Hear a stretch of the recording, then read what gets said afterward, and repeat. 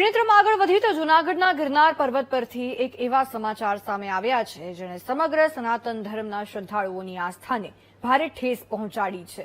લાખો માય ભક્તોના આસ્થાના કેન્દ્ર સમાન માં અંબાના પવિત્ર ભંડારામાં લુખ્ખા તત્વોએ દારૂ અને ચિકનની પાર્ટી કરીને પવિત્રતાના લીરે લીરા ઉડાવ્યા। આ શરમજનક ઘટનાનો વિડીયો વાયરલ થતા જ વહીવટીતંત્ર અને રાજકારણમાં ખળભળાટ મચી ગયો। શું છે આ સમગ્ર ઘટના? આવો જોઈએ આ રિપોર્ટમાં।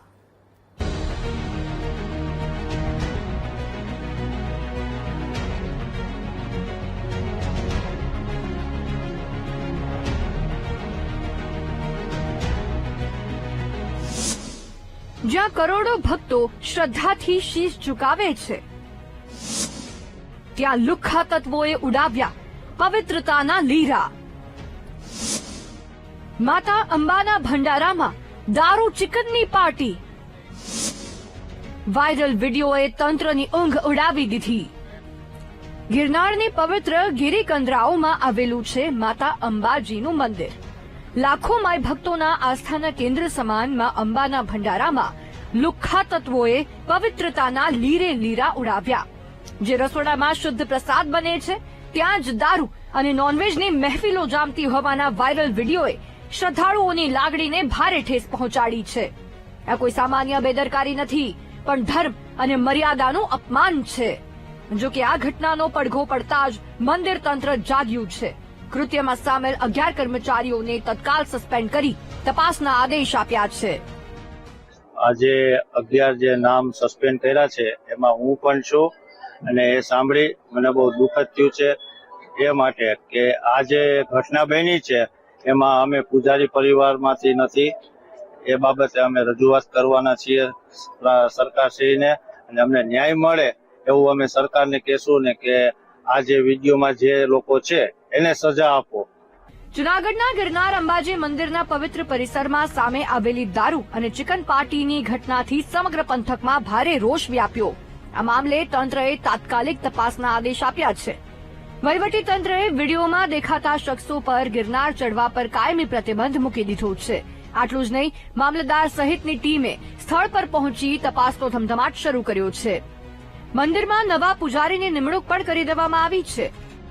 જો કે પૂજારી પરિવારમાં આ ઘટનાને લઈને દુઃખની લાગણી છે।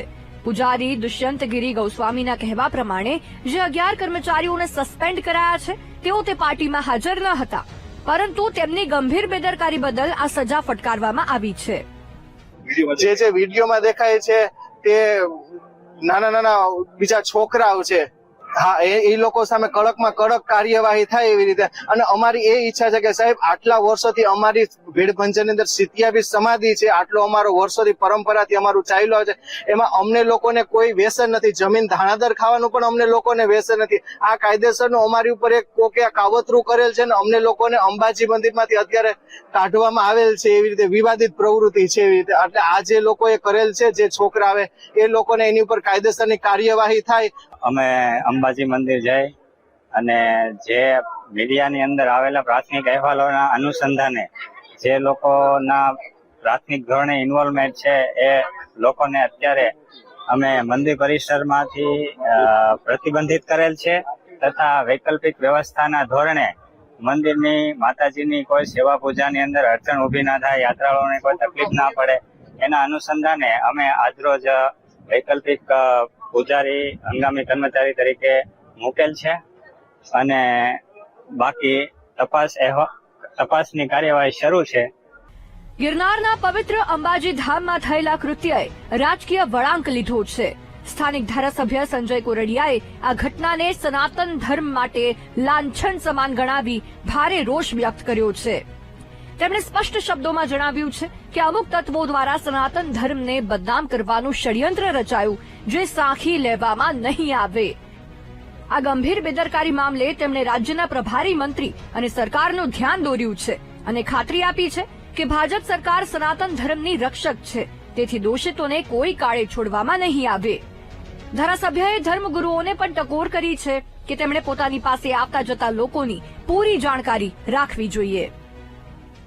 અંબાજી મંદિર ખાતે જૂનાગઢ ગિરનાર ખાતે આ બનાવ બન્યો છે એ ખૂબ જ ગંભીર બનાવ છે।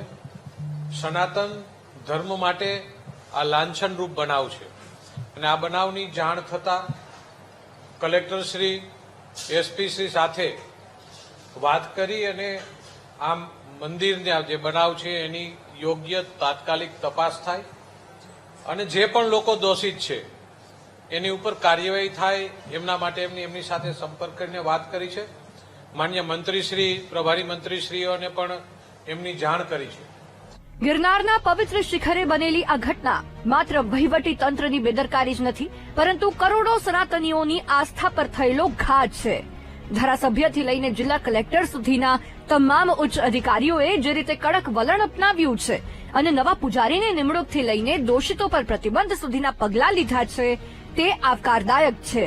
પરંતુ સવાલ એ થાય કે શું માત્ર સસ્પેન્શન કે પ્રતિબંધ પૂરતા છે? ધર્મધામોની મર્યાદા જાળવવાની જવાબદારી જેટલી તંત્રની છે, એટલી જ જાગૃતિ ધર્મગુરુઓ અને સેવકોએ પણ રાખવી પડશે. Bureau report, VTV news.